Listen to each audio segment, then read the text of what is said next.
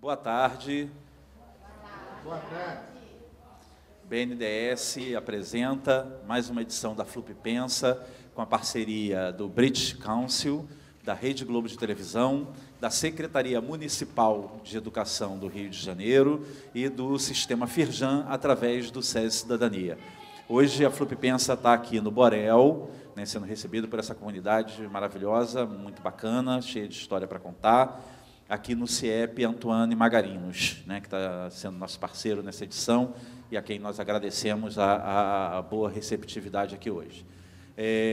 Hoje, na Flup Pensa, a gente vai fazer uma experiência diferente, né? A gente teve uma conversa, eu e Júlio Demir, com Vivian Weiler, recentemente, que faz uma experiência que a gente acha muito interessante, que valia a pena reproduzi-la aqui hoje, que é a trança de ideias. Nós procuramos escolher textos que mostrem para vocês o tema principal daquele livro, ou um dos temas principais do livro. Nós vamos ler 8 textos curtos para vocês, de romances que são brasileiros e estrangeiros, porque a trança é assim, ela é totalmente global, ela é totalmente ecumênica, é totalmente plural. Então, tem textos de todo tipo, de vários países. E nós vamos, após essa leitura, estabelecer com vocês quais temas estavam contidos nesses textos e colocar vocês trançando com a gente. O primeiro texto que a gente vai ler chama-se Eu Não Escrevo Versinhos para o Papai. É da Mayra Parula, ela é uma poeta gaúcha, mas mora aqui no Rio de Janeiro, na Serra. Ela tem um livro publicado que chama-se Não Feche os Olhos Essa Noite. E esse texto, que também é um poema, foi tirado de um livro ainda inédito, que chama-se A Boneca de Kafka. Esse texto, o que eu gostaria assim, de destacar, antes da Vivian fazer a leitura, é a forma como a Mayra coloca as relações que ela mantém com o pai e com a mãe. Ela escreve esse poema para o pai, mas, na verdade, está falando da mãe. Embora ele tenha me ensinado que a boa poesia deve ser como as azeitonas de Tádia, não pode ter caroço, e que todo poeta só é bom se ficar assando. Devo confessar que nisso eu concordo com papai. A poesia sempre teve um pé na cozinha, uma cadeira que range, uma couve-flor que se rompe, a xícara lascada de uma avó morta. O que papai não sabe ou nunca reparou é que foi com mamãe que aprendi a cozinhar.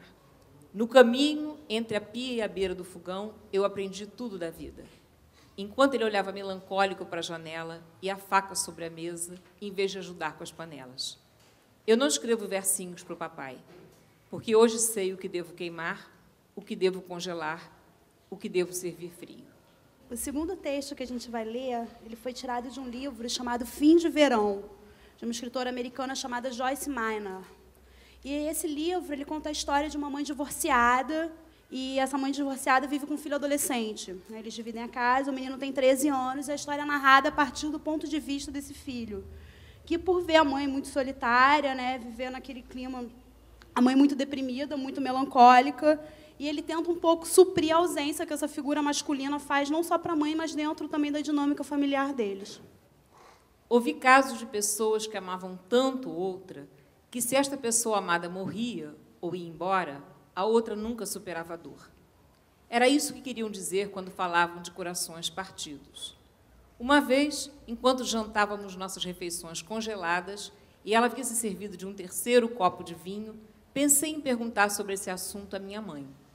Eu ficava imaginando se o que fazia uma pessoa odiar outra, do mesmo jeito que ela parecia odiar o meu pai, era o fato de um dia tê-lo amado em igual medida. Parecia algo que podia ser ensinado para nós na aula de ciência, embora não tivéssemos estudado isso ainda. Como uma gangorra, onde o tanto que alguém sobe de um lado depende do quanto a outra pessoa desce do outro. Eu concluí que não foi a perda do meu pai o que partiu o coração da minha mãe, se é que foi isso de fato que aconteceu. Foi a perda do amor, do sonho de atravessar a América, comendo pipoca e cachorro-quente, dançando pelo caminho num vestido brilhante e com calcinhas vermelhas. terceiro texto que a gente vai ler aqui é de uma escritora chamada Adriana Lisboa, que é carioca, mora nos Estados Unidos atualmente. E o nome do livro é Azul Corvo. Essa passagem fala do momento em que a filha se despede da mãe. Ou melhor, a mãe comunica à filha que em breve vai partir. E essa filha perde a mãe, então, e vai em busca do pai que mora nos Estados Unidos, porque os pais se separaram quando ela era bem nova. E ela está revisitando esse momento em que a mãe se despediu dela. Vanja, vamos na rua tomar um sorvete? Vanja pula da frente da televisão. Aperta o botão para desligar o aparelho, que já está bem velho, e por isso tem uma mancha lilás no canto superior esquerdo. Susana, a mãe, fala pouco. As duas vão para a rua tomar sorvete. Vanja quer um dos sabores novos, aquele de doce de leite e cobertura de chocolate com amêndoas. É um dos mais caros, mas Susana diz que tudo bem. Estranho. Vanja desconfia. As duas andam até o calçadão. Passam pelo mendigo que mora com seu cachorro na esquina da rua do Vivier. O cachorro abana o rabo. Vanja gosta do cachorro. Susana não. Tem uma coisa que eu preciso lhe contar, diz Susana, quando elas se sentam num banco diante da praia, à tarde esticando as sombras elásticas das duas na direção do mar. O mar tem um imã que puxa as coisas e as pessoas e suas sombras. Às vezes regurgita despojos, às vezes não. Vanja tem 11 anos, Susana 30 a mais. A coisa importante que ela precisa contar à filha é a única inteiramente previsível. Só que vai acontecer um pouco antes da hora. Ela explica. Fala. Depois ouve. Responde a todas as perguntas. As perguntas não acabam, até que acabam. E com elas, a tarde cartão postal e a necessidade de respostas. Tudo vai ser como antes, Susana diz, depois de algum tempo. Vanja quer mergulhar até o fundo do mar, onde os moluscos estranhos de cor estranha vivem suas vidas estranhas. O que eu vi nessa criança, na história, foi uma coisa muito bonita pela parte dele. Uma coisa que eu não sei nem explicar bem, assim, sabe? É uma coisa assim que só a gente que passa. Mais ou menos eu já passei por algumas situações mais ou menos parecidas. Então é uma coisa que é a gente gostar daquela mãe, a gente vê aquela mãe sofrendo, ou a gente vê aquela pessoa sofrendo e você querer ajudar aquela pessoa. Foi isso que eu entendi dessa história, né? Agora, ele já era um menino, ou já era um homem? Aí. A história do menino, ele é um menino. Ele é um menino, então... Não, outro é um homem. Da outra, então. Do menino é que eu fiquei assim meio comovida, porque a gente, quando criança, as coisas eu não sei explicar muito bem assim. Só quando eu estou escrevendo é que eu começo a entrar assim e criar.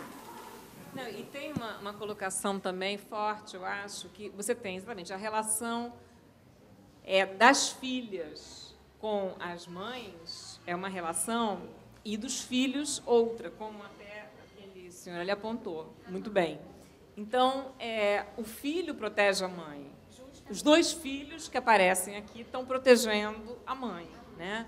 E as duas filhas, de alguma forma, estão questionando, porque até no texto da Adriana Lisboa, a filha adora a mãe, é uma relação linda que ela tem com a mãe, mas ela, em determinado momento, se questiona se ela teria maturidade para suportar a conversa com a mãe.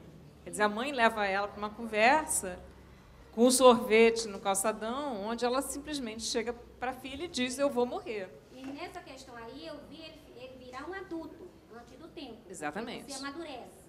Você cuidar de uma pessoa adulta, você criança, você amadurece com o tempo. Exatamente. Ela amadurece rapidamente. Mas ela questiona se isso era exatamente o que deveria ser, se não haveria outras formas de trabalhar isso. Foi isso que me passou.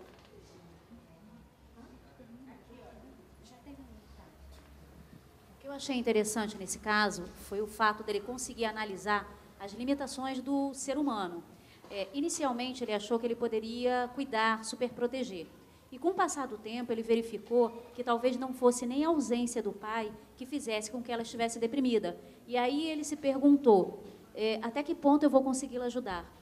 Porque, na realidade, o caso dela especificamente não era falta de superproteção, era depressão. Então, ele conseguiu lidar muito bem, explicando as limitações do ser humano e até onde você pode ir. Chega um determinado momento, já não depende mais de você, depende do outro. Por mais que você queira fazer, por mais que você queira dar amor, ali parou. Você já não consegue mais avançar, se o outro não quiser reagir. Então, isso eu achei bem interessante. Agora, vocês perceberam que se todos esses textos, eu até coloquei uma frasezinha que definia cada um, né? Filha enfrenta o anúncio da morte da mãe. Quer dizer, todos esses textos podiam ser resumidos numa única frase. E uma das coisas que faz a beleza desses textos é como esses autores, essas autoras, usaram o cotidiano delas para enriquecer isso. Quer dizer, os detalhes que fazem. Quer dizer, vocês todas se emocionaram com a história do filho. A Joyce Maynard detalha exatamente esses pequenos detalhes do cachorro quente, da pipoca. Ela constrói diante dos olhos da gente o universo dessa criança de uma forma linda, né?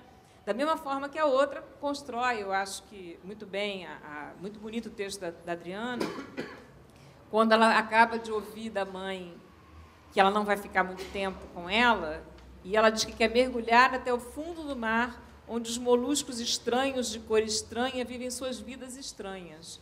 Ou seja, não é que é só uma fuga, ela quer uma fuga para um lugar muito longe, muito fundo, onde alguma coisa tão estranha quanto ela está sentindo, ela sinta uma coisa igualmente estranha, né? Ao mesmo tempo é uma metáfora para querer morrer junto com a mãe, né? Tipo, se ela não vai viver, não vale a pena a minha vida, né? Você mergulhar fundo no mar é uma metáfora para morrer também. Até porque o que ela quer ver no mar são os moluscos estranhos. Porque molusco já é uma coisa meio nojentinha, né? Estranhos, então, pô, deve ser muito ruim mesmo, né?